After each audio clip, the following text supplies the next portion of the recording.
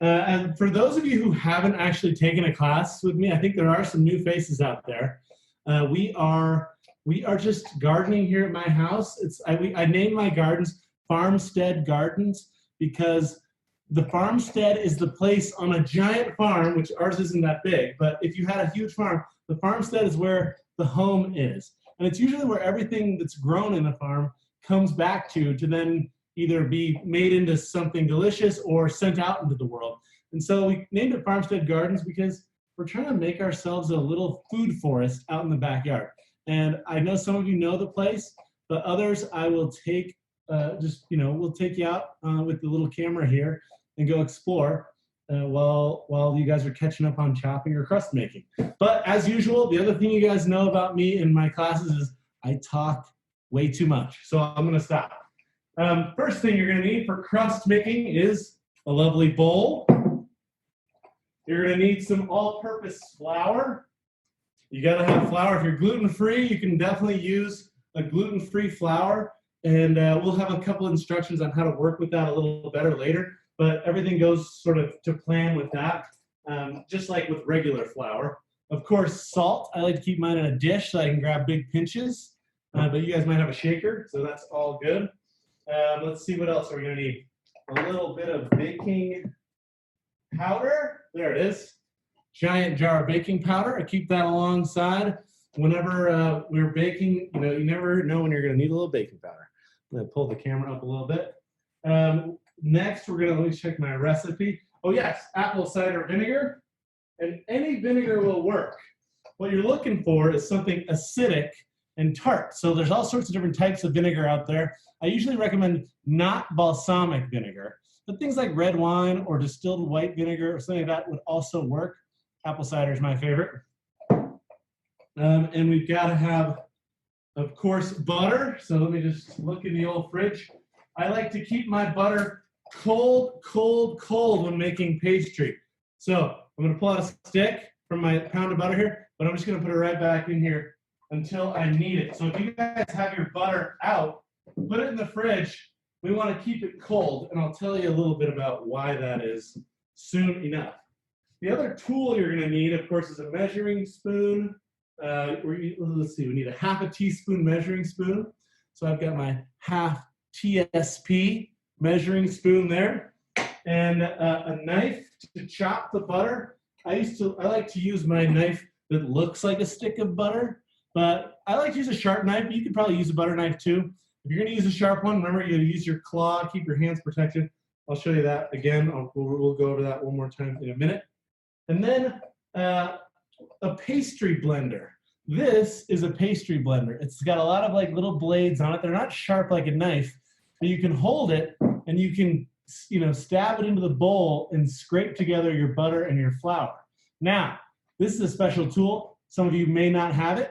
So I'm going to teach you how to make it because I want you to be able to make pie anywhere. I don't want you to have to need special tools. So if you don't have it, which I recommend using this anyways, we're going to have you use a fork.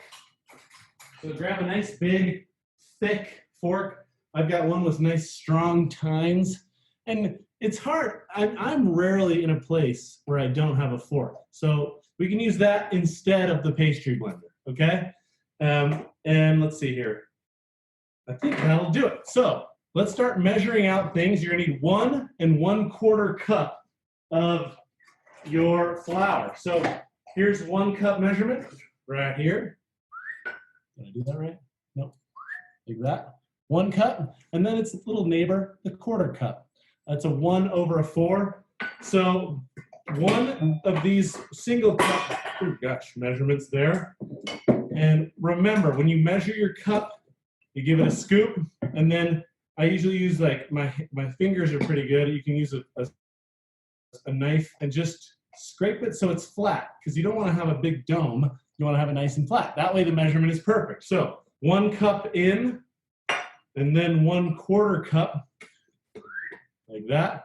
Nice and flat measurement, like so. So there's 1/4 cup, a little smaller, right in there. Next, we're gonna do salt. So you wanna do your dry ingredients first, and salt can go in 1/2 of a teaspoon. Remember, make sure there's a TSP on there, no B. If the letter B is in there, it has to do a tablespoon. You don't want that, or you'll end up with a salty pie, which might not be that bad. I had a salted caramel pecan pie one time. Whew, very memorable. Okay, half a teaspoon of salt in with the flour, like so. Also, half a teaspoon of baking powder. I like this, like old-timey, double-acting baking powder. And baking powder is a combination of baking soda and cream of tartar. And what's cool about that is that you guys probably know when you add vinegar and you add a baking soda together, they erupt like a volcano. Well, this is like, it has powdered vinegar in it. And the reason it works is they don't react until they get wet. And once they get wet, when we add our water, they start to, expand and do what they do. So a half a teaspoon of baking powder into your mixture. And then get your fork and blend the dry ingredients together. You want to make sure the dry ingredients are all in even, mixture before you put everything else in. That way you don't throw a little butter in it, just all the salt sticks to the butter and then you have just one salty bite. So give the dry ingredients a blend. Okay, so I feel like you guys are doing pretty well on this. I'm going to go on my gut that you're following along well, but make sure you've got 1 1/4 cup of flour, 1 teaspoon of salt, or I'm sorry, 1/2 teaspoon of salt, and a 1/2 teaspoon of baking powder. All right, so once you've got those in there, keep your fork handy, but let's make a little room and we'll cut up our butter. So Blair, if you want to switch me to the other camera, I'm going to grab my butter from the fridge so it's nice and cold. Now, of course, this angle is perfect for watching my hands, but it's also important that you guys watch your hands while you're cutting. So remember, we've got the claw technique, and that is where you take your fingertips and move them out of the way of the blade whenever you're chopping down, and it kind of looks funny. You look like you're like, I'm from the swamp and I have my claw. But what it does is it keeps your fingertips out of the way. Let's say I'm chopping along and boom, the knife slips out of my hand, my fingertips are out of the way. The most important thing to remember also is you don't let your thumb creep out and get out there. So when you're chopping, you end up guillotining your thumb off. The whole hand can go into a claw. You can cut your butter into pieces. So first things first, let's measure out 7 tablespoons. Now, the butter has all these markings on here, and each stick of butter should have 8 tablespoons. You can see right there. So I want you guys to just cut off 1 of these little chunks. That way you have a whole piece of 7. You can either cut through the paper to be really even, which I sometimes do, or you can lay it out and eyeball it, and then save that tablespoon of extra butter for later, because I think we'll use that for the streusel. Next, you take your butter here, and you don't want to handle it too much because you want to have cold butter, and I'll show you why that is. I sometimes leave it right on the wax paper so that it's nice and clean. But you don't want to handle it too much, but let's go 1 slice straight down Main Street. I'll just put my hand right on top so there's no worry about cutting my hand off. Straight down, and then it's going to be like kind of stuck on there. So just pry it loose. Nice cold butter gets pretty sticky. So be careful always with your blade. You're pushing away from the sharp part, so your hand isn't quite, in the way of getting gouged. And then let's go down Main Street again with both pieces. You guys know I love Main Street. That's the best way to describe cutting something down the middle. Main Street one more time, like that. And then you've got 4 pieces of butter that are kind of like small squares. What I like to do from here is basically cut it, and you can cut 1 at a time like this, or you can cut 2 at a time, or you can cut all 4. I'm going to stick with 2 at a time. So I'm going to start with this one, kind of separate them a little bit, but that's all right. And then just get your claw going, make sure your thumb isn't in the way, and cut thin little slices of butter. Just like this. They're going to climb up your knife. If you have a square knife like this or any knife, they should just climb up it like that. And it kind of makes a cool tower. You can see how tall your tower goes. I've gotten it pretty tall before, but this one might totter. Oh, there it goes. The leaning tower of butter. But just keep slicing in these little squares, and you can see how thick I'm going. it's not super thick. And picture this like a little pat of butter that's going to be in your crust. So just go ahead and slice it up. Nice little slices. You don't have to be too meticulous because we're gonna chop it up into smithereens here in a little bit. But by starting with these flat squares, you kind of help your pastry have a little more flakiness, because flakes are caused by butter in pretty big chunks in the dough melting in the oven. And you've got your flour, and you've got butter in between 2 layers of flour. Then when the butter melts out from in between, suddenly you've got these 2 little pieces of flour that are not touching and they'll flake apart. That's the key to flakiness. And when you get a nice pile of butter, you can just chuck it right into your flour like so. And it's kind of sticky, so take your time. Don't cut your hand. It's always key whenever you're playing with knives here. And I wouldn't say you're playing, but I find cooking to be so fun that I genuinely kind of think of it as sort of an activity. But make sure you don't cut yourself. Take that sharp edge seriously, and just throw it right in the butter, in the flour like that. And sometimes I just throw a little bit of flour right on the outside of the butter, and then I get flour on my fingers, and that's okay because it makes holding the butter a little easier. You don't stick as much. And I'm going to chop up these other 2 pieces just like so. My leaning tower is terrible this time. It's actually a crumbling tower as we speak, although it's kind of going off in some crazy direction. Oh, there we go. So keep slicing your butter up, and then we're going to add the butter to the flour and start working it with the fork. And the fork is going to be kind of an interesting tool that does the job of cutting the butter into tiny little, almost crumbles. And that's kind of what we're shooting for. Chunky little crumbles. So take all your sliced butter, throw it in the flour like so. And then I like to, again, use my hand to coat the butter chunks in flour so they don't stick to each other too much. But you don't want to warm it up with your hands. So always kind of work quickly and lightly, because if you warm up the butter, then your flakes melt into the flour before you bake it, and you don't get as nice of a flake. The cold butter stays hard, and that hardness actually helps give your dough a better texture. So that's why we use a fork rather than our hands, because the fork is cold and our hands are warm. So use the fork, and what I do is I go along the edge of the bowl like this, and I basically hunt down the butter chunks, and I push the fork through them so that the fork chops them into these little smithereens. You get a nice rhythm going. I'm right-handed, so I'm going to switch it around here. But I kind of rotate the bowl sometimes, or you can move the fork around. It's going to be a little exhausting. You got to harness your inner grandmother and really, get those forearms working so that you can chop the butter into smithereens as much as you can. And a lot of times I'll hold it in different ways, but try not to bend your fork. I know it's tempting to do that, but try and find a fork that's strong enough to hold up to this. And then just work your way around the edges of the bowl like this. I push it against the edge so that we can really see the butter come through the fork and fall apart in chunks. And we're going to have to do this for a while. So I'm going to kind of go to town here and just chop up smithereens of butter, and you guys should kind of get after it too. Some of you are in groups, and that's nice. You can trade off, you can tag team, tap out and say, oh, I'm exhausted. Please, can someone else cut the butter for me? This is called cutting in your butter. And with different things like biscuits, sometimes you want to use your hands to melt the butter a teeny bit, but with pie dough, you want it to be nice and as cold as possible.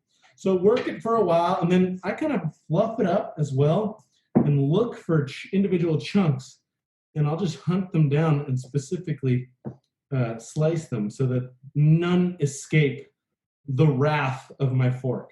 See, I'm even using 2 hands. Maybe you could have a friend hold the bowl for you, and you can use 2 hands to push down. But when you use a fork, you're able to make pie anywhere. Now, I'm going to use the pastry blender as well so I can get a little jump start and show you how to use this cool thing. You basically use the curve right here, like that. You use that curve along the side of the curved bowl. So if you slide it down from the side down to the middle, and rotate the bowl around in circles, you can really efficiently chop your butter into those designated smithereens. Now, it's okay if your butter is not fully smithereened, which I'm not sure is an actual word, but I'm going to use it here today anyways, because I think you get the point. Most of them, you'll see I kind of have this butter in chunks, kind of crumbly. You see, it looks like crumbs. And some of it is really small, like this little chunk right here, and that little chunk right there. But some of them are kind of big, like that chunk right there.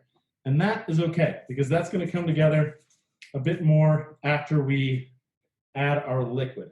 So if you guys need to keep chopping, I'm sure you probably do, because it's a lot of work. Chop it up. But when you get to a point where you see a couple of those big chunks like I showed you, and then a lot of smaller crumbly ones, and it looks kind of like that. It's hard to tell online. Then you know you're good to go and add your liquids. So I'm going to start with 1/2 teaspoon of apple cider vinegar. And adding the liquids is what's going to bring this into a nice ball. So, you know, if you spill a little over the top, it's okay. But the vinegar is going to be a nice flavor addition. Try and get it nice and even like that. And then I like to add the liquid all around so that it's already spread out nice and evenly. Then you're going to need to get together your a tablespoon measurement, and you can maybe I'm going to fill up a bowl so that you can see what I'm doing here. We're going to put in 3 tablespoons to start of cold water. Try and get the coldest water you can out of your tap. And sometimes people put an ice cube in there. You can do that as well, but I think this will do. If I just do there's 1 tablespoon right there. And again, I'm spreading the water out around the bowl. Here's 2 tablespoons of water. Kind of trying to shake it in there.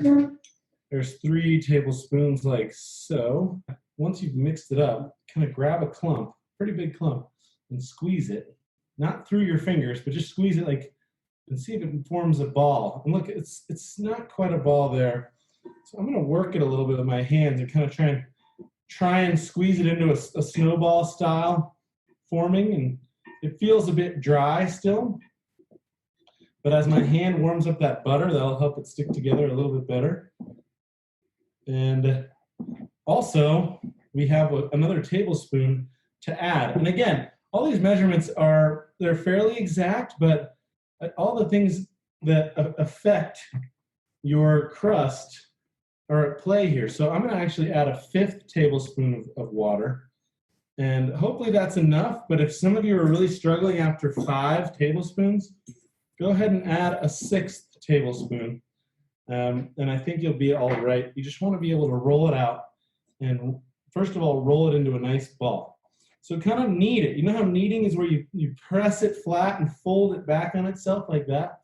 And as you knead, you can find all the little chunkies that are floating around your bowl and scrape those in and then push them into your dough so that they get caught up in the sticky mess that is pie dough, and all dough for that matter. You get your hands involved, and that's kind of the best part about it. So I'm getting close to a ball. It's still kind of dry. You can see that it's flaking off, but it's getting better. And I'm going to get all the chunks from my bowl, as much as I can at least, worked into that pie dough ball. And then we are going to put this in the refrigerator to hydrate and let all the flour absorb all the liquid and be a little easier to work with when we're done. So there, I kind of take that like so, and I think that's going to do just right. Now see, it looks a little dry, but that's okay. If it's really dry, if you pull it apart and it's just dropping flour everywhere, you can add another 1/2 tablespoon or tablespoon. What you want it to do is stick together. You can kind of make a disc out of it, and it should hold up when you're shaking it like that. It'll bend a little bit, but not flake apart. So if you have to work it a little more, warm up that butter just a teeny bit, and it'll be easier to work with. Then form it into a ball, and I like to put it in a plastic bag. We usually have like an old shopping bag, laying around in the kitchen here. And so I'll often use that or like a Ziploc. I think we have an old Ziploc. That might be the move. There it is. Perfect. An old Ziploc bag. Anything to just keep it from drying out while it's in the fridge. So I'll just put it in there. You could also just put it in a bowl with some plastic wrap over the top. And then, yeah, that should be good. Let's put that in the fridge and let it sit for a little while we make our other ingredients. Okay, cool. Quick journey in the garden. Hopefully you're all caught up on your crust and we can start making our filling. So, any fruit works. You can use any fruit for this recipe. And I really like what is in season right now. It's one of my favorite, favorite combinations of all time. I love peach pie. And so hopefully some of you guys got some peaches. But I like to mix it up. I like to put a lot of things. So we're going to do something that is kind of crazy. And you can put in any kind of fruit that you want. But right here, I've got a couple nice peaches. These are Freestone peaches, and I'll show you why that is, because they're very cool. So peaches there, and then rhubarb, and then a small smattering of blueberries are going to go in as well. And I think peach berry pie of any combination is fantastic. But here's what I want to tell you guys about whenever you're thinking about pie. Peaches are sweet and they have a little tartness, but they're mainly sweet. And so they're going to add a sweetness. Blueberries have a really cool texture. They kind of pop in your mouth, you know, when they've been cooked in the pie. You hit a blueberry and you're like, a blueberry explosion. Fantastic. So you've got a little textural component. You got a sweet component. You got a crying baby component. Oh, no, wait, she's chill. And then you've got rhubarb, which is a really sour, tart component, which will blend well with the sweetness. But if you guys don't like rhubarb, you leave it out. Or if you don't like blueberries, you leave it out. Or if you prefer raspberries, you could use those. So any fruit combination works here. Now, Blair, would you switch me over to the down low camera angle? Mm-hmm. First thing we're going to start with is the peaches. I used to work in a peach orchard. And I've got some fun facts about peaches that I will share with you while you're chopping things up and hanging out. But first things first, I like to cut the peach around the equator or the hemisphere. This is more like the prime meridian here. But I cut it, you know, you can see this seam right down the middle is only on one side. And that shows you which direction the pit is running. So I like to cut not right on the seam, but a little off the seam, like that. So I'm going to cut down, not towards my hand, but gently around, and take your time, because this is a place where you can very easily cut yourself. And once I've gone all the way around, I twist it. And if you twist it, it breaks loose, and you've got the pit and then the non-pit. Now there's the pit, but when you cut it not straight on the seam, you can get a little edge and pop it out. And that's why they call this a freestone peach. My hands are dirty from the garden. Let me rinse those off real quick. The freestone peach means the pit pops out really easily, and you've got yourself, you know, two clean halves of a peach. I'm going to talk to you a little bit more about the pit in a bit, but I like to take my knife and get some nice slices on the peach. I like to leave the skin on. We call it country style. That makes you, you know, any excuses you might have for like peach skin not tasting good, I think it's once they're cooked, once it's in there in the pie, it gives a really good texture. So just slice some nice chunks. And I like a nice wedge like that. Not too thick, but not too thin either. Just right, kind of Goldilocks style. And I like to cut it so that the pit area is intact as well. Oh, there's the oven timer. So if you guys want to turn on your ovens to 350 degrees, I'm going to do that right now. Bake, press the bake button, set it to 350, then hit start. We're going to let that preheat on this hot day. Perfect, heating your oven on a really hot day. Then I'm going to come back to the peaches, and I just slice them into nice slices like this. And if you can leave them still touching so it looks like a peach still, It'll make the last slice a little easier. And this one you might want to take a little more time and cut it up. But I like to cut it one way and then turn it and cut it once down the middle. So you can do whatever you like. If you want, you can leave the whole slice intact, like like that, or wherever the matching one was. But I like to cut them just a little bit smaller so it's bite-sized. And sometimes I'll just even eat one just in this moment, just because the cook's got to eat too. And you can slice up all your peaches that way, and then throw them in your bowl. I'm going to use my dough making bowl because I'm not too worried about mixing dough and filling. It makes one less dish to clean. And then go ahead and slice up your other peaches just like I'm doing here. Nice long slices. Remember, use your knife like a saw. You don't want to push the knife through. You want to slide the blade and slice it. And then I kind of, line them up however you want, like that. And it's not science. They say easy as pie, even though pie is kind of hard. It's one of those things that when you go to culinary school, sometimes the final exam is just make me a pie. And you say, oh my gosh, I've got to make a pie. So it is a little challenging, but I think you guys got it. I'll go right around the hemisphere like that. Twist it off, break out the pit. Give it a slice, Sereno, a slice of Rama, slice of Riffic, slice of Rooney. I don't know. Any which way you want to slice it, you can. Sometimes I've known people to just literally take a peach like this, just cut it 3 times, and put chunks like that in their pie. But I like to break it down a little bit more. Again, since you are the chef, you get to decide. That's the beautiful thing about cooking for yourself, is you get to pick it and choose how you like it and make something just the way you want it to be made. Cool. And then I'm going to go down, cut these chunks a little bit in half like so.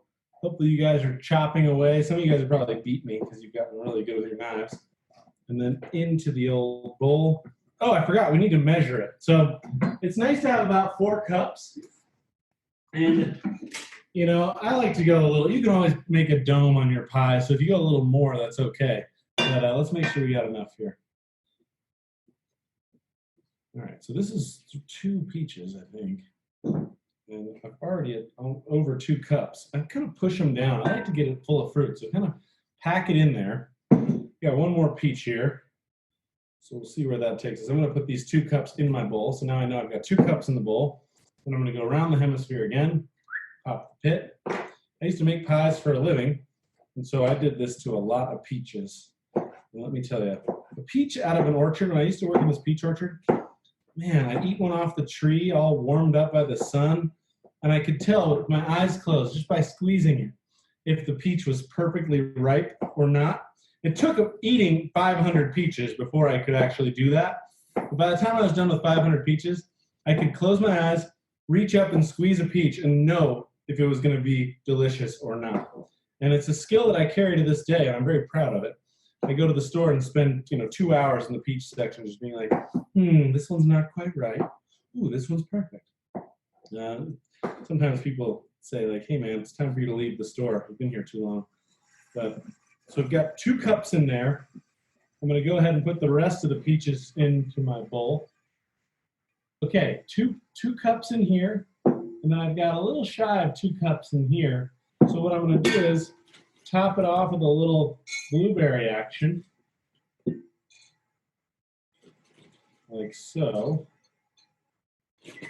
And then blueberries kind of help mix, and then I'm going to do my rhubarb as well, so that we can add a little of this nice tart flavor to it.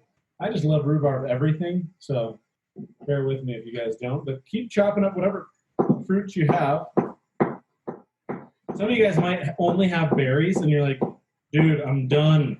I just poured the berries in. Let's move on. But we'll get there. We'll get there soon enough. And I just keep my claw going with my thumb out of the way and just rock and roll through the rhubarb. I like little pieces, so they just add a little flavor, but they don't get caught in your teeth like celery, any of that. And I'm just going to go hyper speed, okay? So if you guys don't mind, I'm just going to rock and roll down the whole stalk here. The trick is if you can go fast, you don't want to, it's not a race, but if you can go fast and consistent, you can cut your cook time down pretty much in half if you take your time. You just gotta have confidence, and you know, you're gonna cut yourself sometimes, you guys. And you know what? It's good to cut yourself a little bit because it reminds you that you are holding a potentially serious tool here.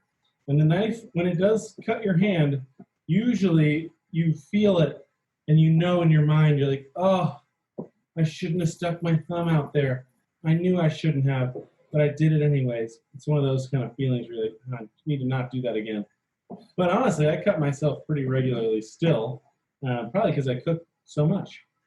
All right, rhubarb, we got layers. We got peaches, here we are, peaches, blueberries, rhubarb for the last 2 cups, making a total of 4 cups of fruit. And this is gonna go into a 9-inch pie pan. So if you guys have a smaller pan, you might have a bigger dome on your pie. And if you have a bigger pan, you might have a little more shallow pie.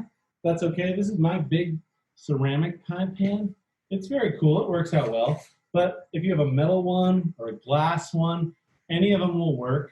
And so about 4 cups will fill a 9-inch pan pretty well. So let's finish our filling by taking our fruit and adding the sugar. So I'm pretty light on sugar, to be honest with you guys. You know me. I like to go heavy on fruit, light on sugar. So I'm going to use a 1/4 cup of sugar for this recipe. And but the thing is, I always want you guys to taste it. So we'll add a 1/4 cup. You can always add more, but it's hard to take out any sugar and add less. So start with a 1/4 cup and shake it all around so that it coats all the fruit, because the sugar starts to dissolve when it hits the fruit, pulls out all the juices, slurps it out, and then you've got a really good basis for making kind of that jelly in your pie. So sugar is in. That's a 1/4 cup of sugar. Next, I like to do citrus. Is that cutting board with citrus? Oh, nice. Okay, so I like to do a squeeze of citrus, and that's just for a little tartness, and because citrus has pectins. And so I've got a nice little amalgamation here, which is a fancy word for saying I've got a few different things. Lime, which I'm going to squeeze a little lime in there. Maybe another lime piece, because that was a little skinny. This one, maybe a 1/3, because these are real skinny. But you don't need a ton, but I also I've got a clementine. Clementines work great. Lemon will do. Even grapefruit works. So this is going to be a good amount of juice here. I'd say a 1/2 tablespoon is probably a good measurement if you want to measure it, but I always like to just eyeball it. Squeeze a little of that juice out. I might eat this rind later. And just get a little citrus in there, because citrus helps make everything blend together and thicken up, because citrus has a lot of pectin, and pectin is a thickener to make it so your pie is nice and thick. So a squeeze of citrus. In there we've got 4 cups of fruit, a 1/4 cup of sugar, a squeeze of citrus, and then the next thing you're going to need is some cornstarch, or maybe you'd rather use something like tapioca flour, or even regular flour is doable, but a starch is a weird thing. It's very thick, very light and fluffy, but when you add it to stuff, it thickens, and it'll coat your finger really easily, and it feels super strange on your fingers. Whew, it gives me the willies when I squeeze it like that. But I'm going to do 1½ tablespoons of cornstarch, and that's going to help it hold up so that when you go and slice into your pie and try to pull a slice out, the cornstarch is what hold everything together. Tapioca flour, tapioca pearls. Sometimes people use things like potato starch. Any of that will work. And ultimately, flour will work too, but preferably a starch. All right, so 4 cups of fruit, 1/4 cup sugar, a squeeze of citrus, 1½ tablespoons of cornstarch, or if you have tapioca, you can do 3 tablespoons. It's not exact science there. Then finally, seasoning. Seasoning is a really important step, because you can kind of make or break your recipe here in this moment. Put some ginger. Yeah, I can do a little ginger, sure. So I'm going to do cinnamon. I'm going to do nutmeg, if I can find the nutmeg, and a little bit of ginger, it looks like. And I think I'm going to skip the clove, you guys. I think I just don't have any, but a tiny pinch of clove is good. So to start, I'm going to do, where's the cinnamon? There's cinnamon. Open it up. That's the sound my jars make when you open it. And then I'm going to do a really big pinch of cinnamon. But we are going to taste this afterwards. So, you know, you can start with a healthy pinch, but we can always add more. It's hard to add less. Also, I'm going to do a little ginger because I love peaches and ginger together, but just a little, maybe like a couple shakes. What is this? This is maybe like a small pinch. And again, you can always add a little more later. We're going to taste it to make sure it's good. And finally, nutmeg, which I actually think is really cool to use an actual real nutmeg. So nutmeg is a spice, but that is a nutmeg seed. And you can see it's all intact, and we got to get it into a powder. So what I use, here's one, you can see the inside, I've been cutting at it. I use a microplane, and this thing is, like fresh nutmeg is kind of a different ballgame. So don't worry if you don't have any of it. It's okay. I'm going to, just going to show you because I think it's cool. The microplane sits right on there really easily, but it's easy to also microplane your fingertips. So just be real careful. And let's see if I'll do it right on the edges. You can see how much I'm putting in, but not much. You kind of scrape at it, and then you can smell. Ooh, it's got such a strong smell right off the bat. And so I just did it. Maybe that's maybe a half a pinch, and I'm just going to brush that into the filling. I just want you to be able to see it. You don't need much. You can see I didn't make any dent in the actual scraping of that, but that's real nutmeg. And we're going to take this and mix it all up and give it a taste, okay? So take your filling. Maybe you can use a fork, but if you're feeling like, hey, I can handle this, you can use your hands. And I think I'm a hands person in this moment, so I'm just going to use my hands. Plus, I got to taste it anyways. I'm going to have to put my hand in there anyways because I like to taste it off my fingers. But mix it all up so that you have the sugar and the spices, the cornstarch, the thickeners, the citrus juice, all that. And you kind of, when you use your hands, you kind of bruise the fruit a little, and you can even squeeze it a little bit. That's going to help the juices come out even more. And I just want to mix it up really well so that there's no clumps of any one thing. And then I think we should taste it to see if we want more spice or less spice, which is harder to do. So let's find a nice piece. There's a peach. It's okay, it's got a little spice on it already. You can see little dots. And then, of course, pop it in the mouth. Nice balance. I'm going to do a tiny pinch more cinnamon, but not much. That's good. I think you don't want to really taste, like, for me, the nutmeg is hidden. You don't taste the nutmeg by itself. But if you use clove, use even less because it's pretty strong, but it's so nice undertone of flavor. And then, you know, if you're going to use some ginger, be careful with that as well. But I don't really like to taste the ginger by itself. All I really like to taste is a little cinnamon and some complexity. I'm going to try a blueberry this time. Or maybe a rhubarb. All right, you got it. I think we're there. So, filling is here. Let's put our filling aside. And let's make ourselves some streusel topping. So, get back out your butter. And I'm going to have us do this on the stove. So, Blair, if you would switch me over to the stove, I would be much obliged. Where is the small pan? Oh, it's in the sink. I can get it. There it goes. All right, so get out a small cooking pot as well. I'm going to wash my hand from all this sugary juice. And hopefully you guys are catching up on the filling. I feel like I talked enough. You were able to chop pretty well. But the stove work is going to be very short today. I'm going to just click a little button here so that it's not in my face. All right, cool. I'm going to use the smallest burner on my stove. So if you guys have a stove, get some help. Light, if it's gas, you want to light it with someone who knows how. If you guys don't, electric, you can use the smallest burner as well. And put a small little stove. You can see our little pan. You can see how small this is. I mean, I do have a big head, but this is a small pan. That's okay, because we're not making a lot. So we'll set that right over the heat, like so. And then I'm going to grab my butter chunk, that tablespoon of butter that we had before, and plop it right into the pan. Oh, I almost missed. I was looking at the screen. I thought I was going to drop it. I was going to drop it on the stove.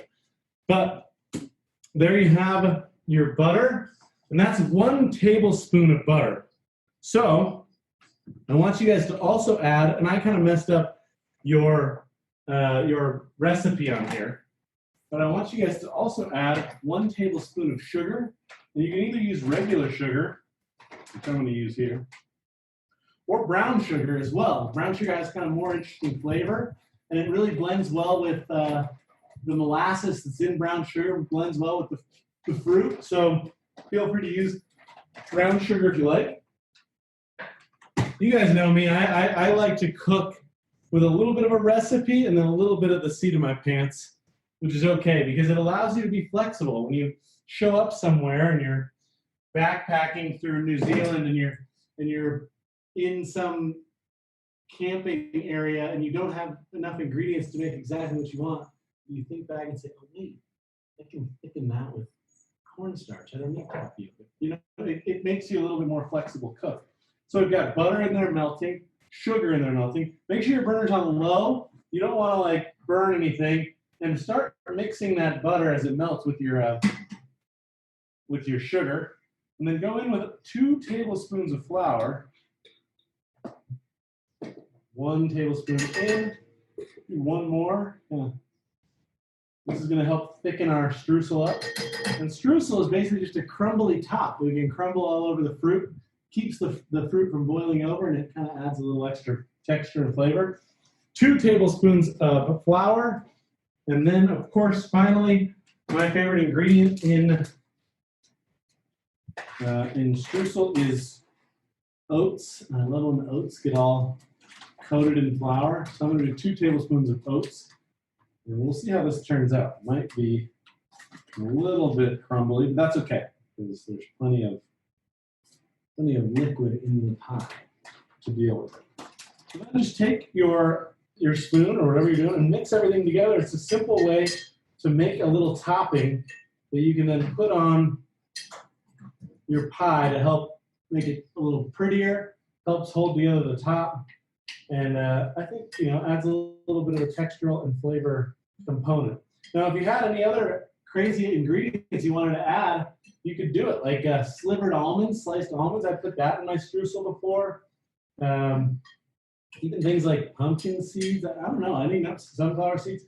You can add all sorts of stuff, different grains, to make a streusel just the way you want it to be. So you want to melt the butter and mix everything together, and then I'm kind of mashing it against the bottom so that the butter flattens out against the bottom and melts well. But at the same time that it's melting, it's absorbing into the flour. It's absorbing into the oats, and the sugar is able to kind of flavor all those things.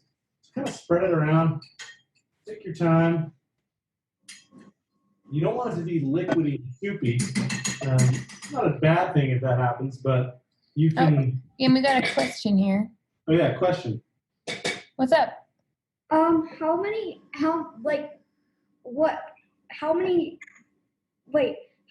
oats do you add?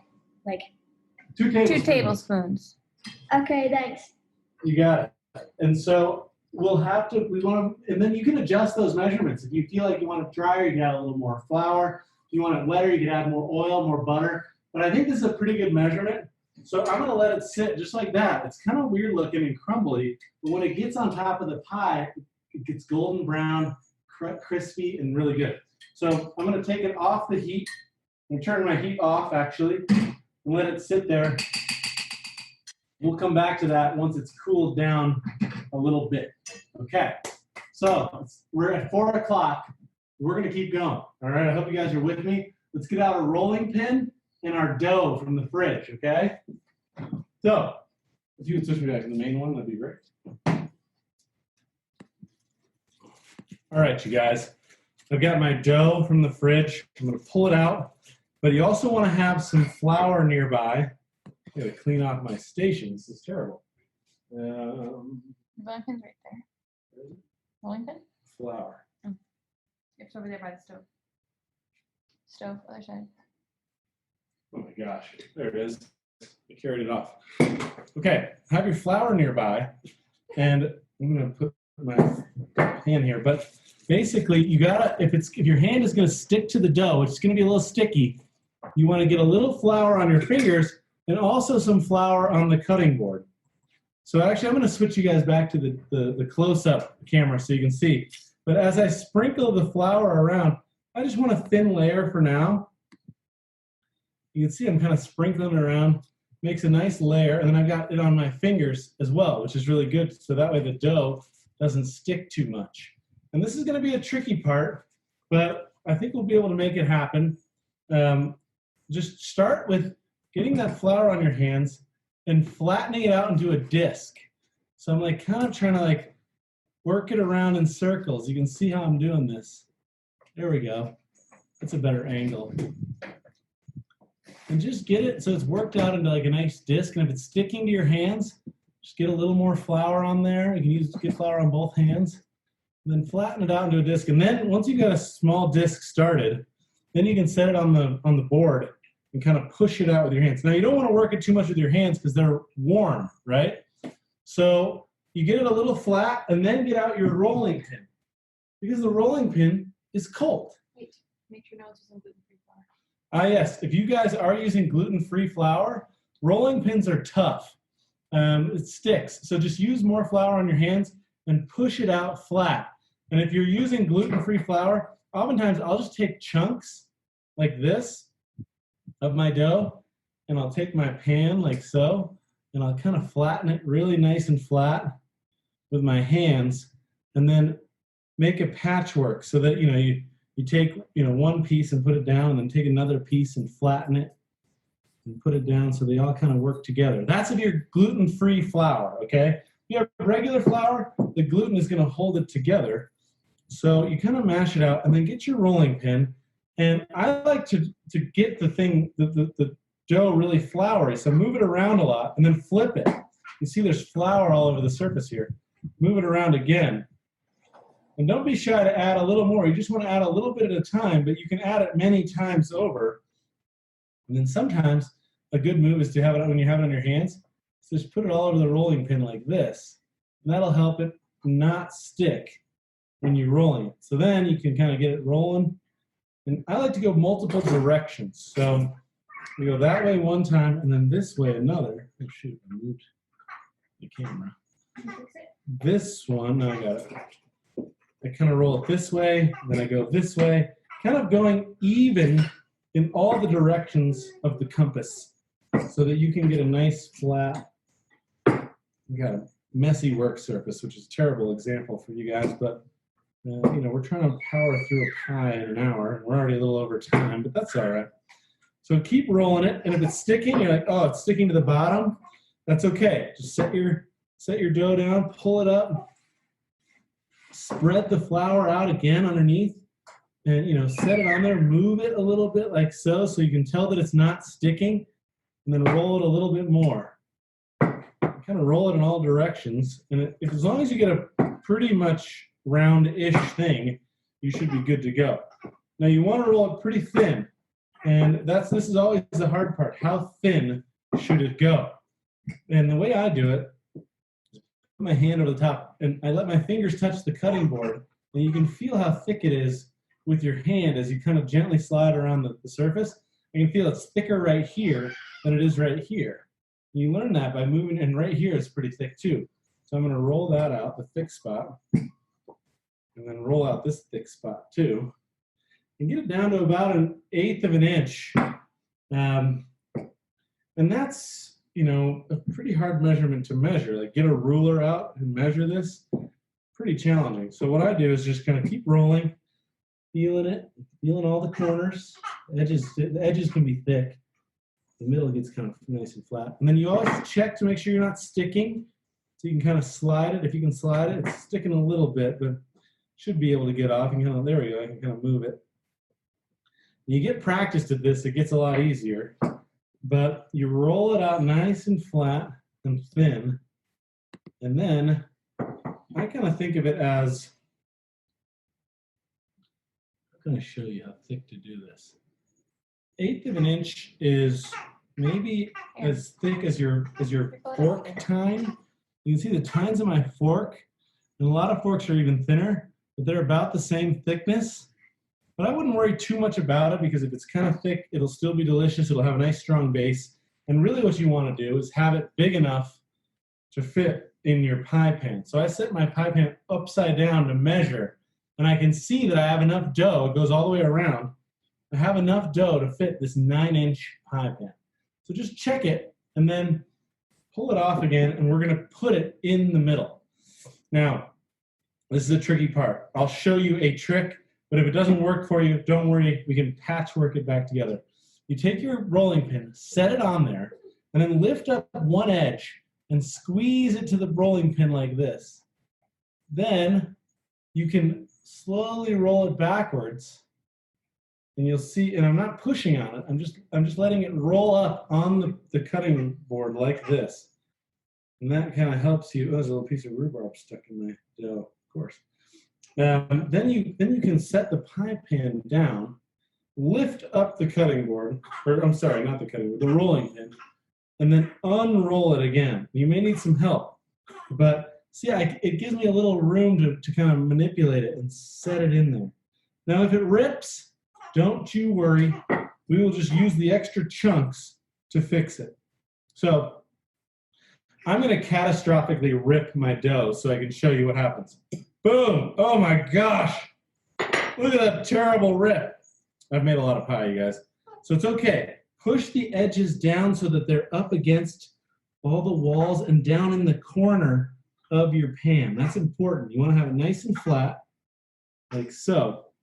Then I like to take the edges of my dough and roll it underneath. So you just take the edge and roll it up and under so it makes a nice round lip. And just go all the way around, rolling your dough up and underneath itself, like a pizza crust is as well. You want to give it a nice round edge. Now this side is thinner than the other side. So wherever you have a big overhang like this, go ahead and just pull a little of that off so that you don't have as much crust sticking to the edge. Here's another massive overhang. Now, I'm not going to take the whole thing. I'm just going to rip off some little edges. There's another massive overhang. And I'm gonna, it's like an avalanche, a cornice breaking off. And I'm going to save these pieces of dough that I rip off nice and flat, because they're going to patch together any rips we have. Just go around the whole thing and tuck it underneath so you get a nice rounded edge on the crust, like so. Now, first things first, when I'm done rolling it under, I got to deal with this terrible rip that I've got here. Now, it's not a problem. You kind of take it, pinch it, stretch it, and you can kind of fit it back over. And then, if you have any gaps still, just take a little piece, break it off, make it nice and flat. You just want it to be watertight. So just kind of patch it in, like you're patching an inner tube that's leaking. Or, let's see, bike tire or something like that. And I go real thin with my pinch so that I can just kind of seal over the surface. And then just push it into your dough so that you've got a nice Band-Aid on there to fix whatever problems you've got. The other thing I do with the extra dough is this is a nice thick portion, and this is pretty thin. So I'm going to actually take this extra dough and kind of blend it with this thin edge over here. And another piece here, like this. Blend it with the thin edge right there. And then kind of look around, look for any thin spots or extra thick spots. I think it's looking pretty good. There we go. There's one more spot.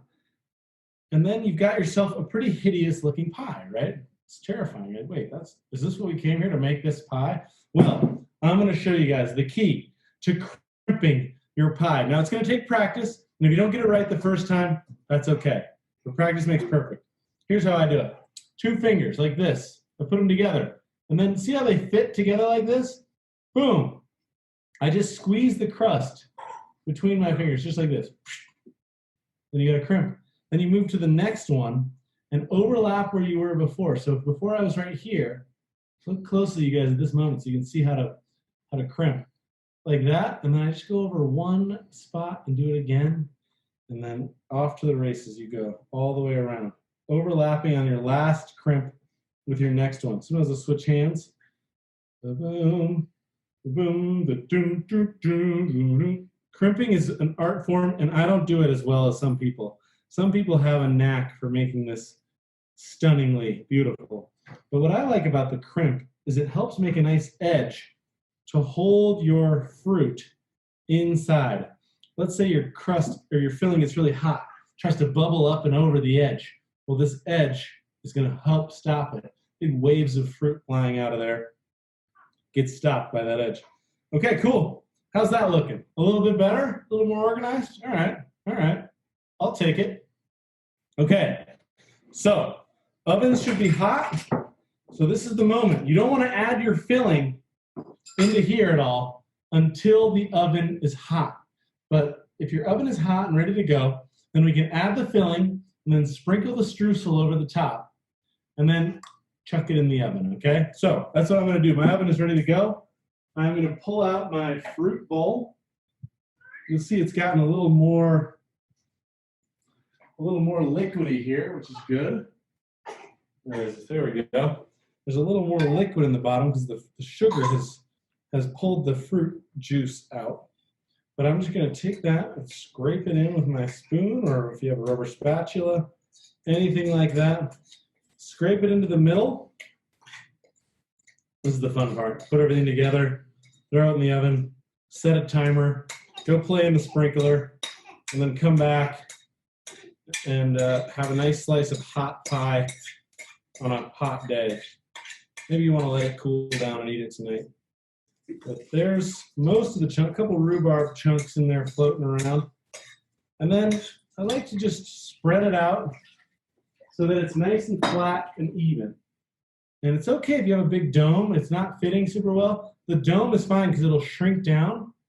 You don't want it to be insanely overflowing. But a little dome is fine. I think this is going to be pretty flat for me. So I'm just going to pack it down into the corners.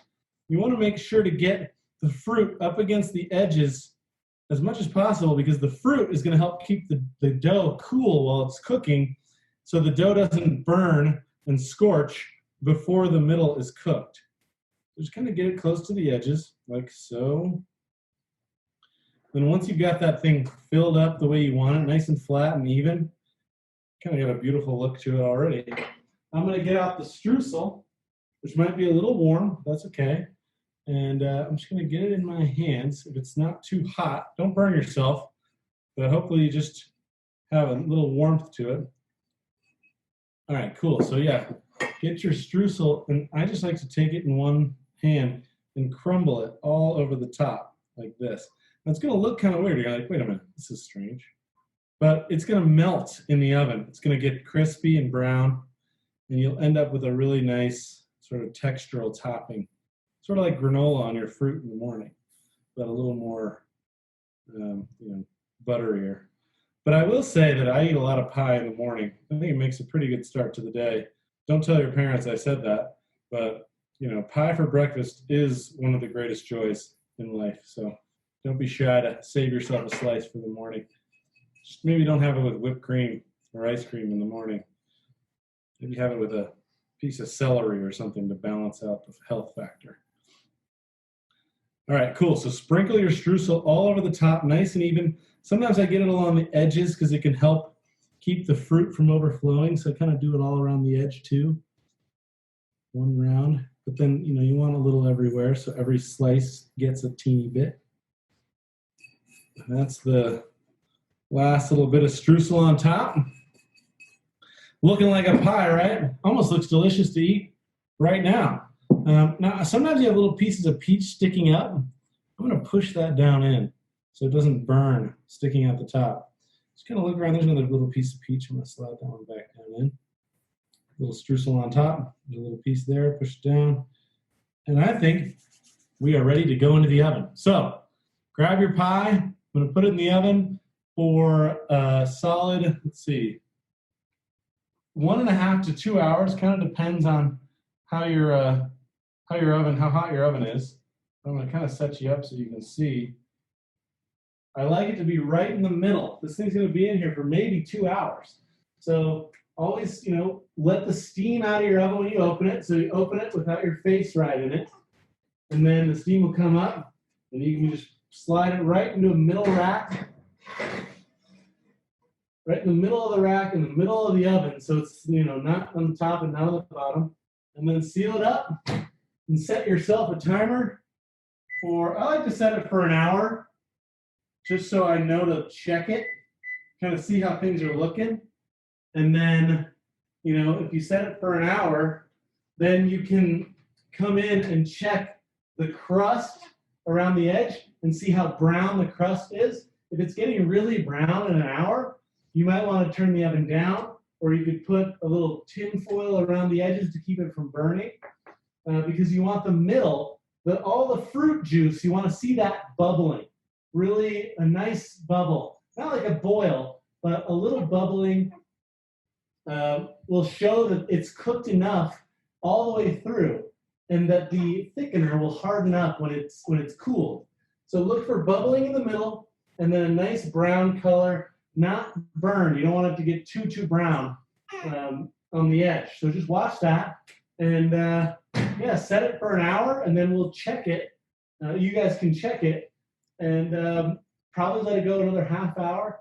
And if you can go and it's not bubbling, let it go another half hour. Sometimes I leave the pies in for as long as 2 hours, because that makes the bottom crust underneath there nice and hard and crusty, rather than soggy and soft.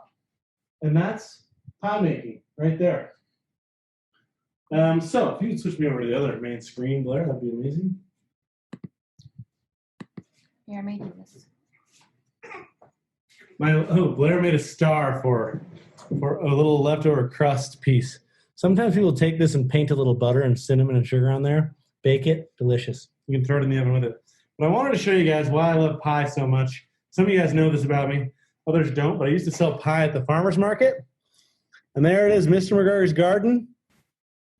Guys selling pies. Me and my friend Orion and I, we would set up a farmer's market stand. You can see the tent here, and then all the pies out front. And then we'd have a whole rack of pies in the back, dozens of different flavors. And we were able to sell sometimes 60 pies in one Saturday morning. And so the reason I want to tell you guys that is because learning to cook is not just about, eating food or sharing food with your family or things like that. Those are super important. But, being able to cook is also a skill that people want all over the world. And you can always find a place to work, and usually with really cool people who are interested in food and the way it's grown out in the garden and the way it's fed to people on our plates. So I think learning to cook is a great idea, when you're just eating, because we all eat 3 times a day, if not more. I'm more of a 5 times a day person myself. And I love feeding other people, like, the family. But, always pay attention to cooking, because it's going to help you live a healthier and I think happier life when you have a connection with the food that nourishes you. But it's fantastic to see a lot of your smiling faces. Sorry we didn't get to cook together this summer, but hopefully we'll do it again in the future. I think we'll be able to make it happen in years to come. In the meantime, go practice your knife skills, okay? Thank you. Bye. Bye. Bye. Bye, you guys. Yeah. Nice work.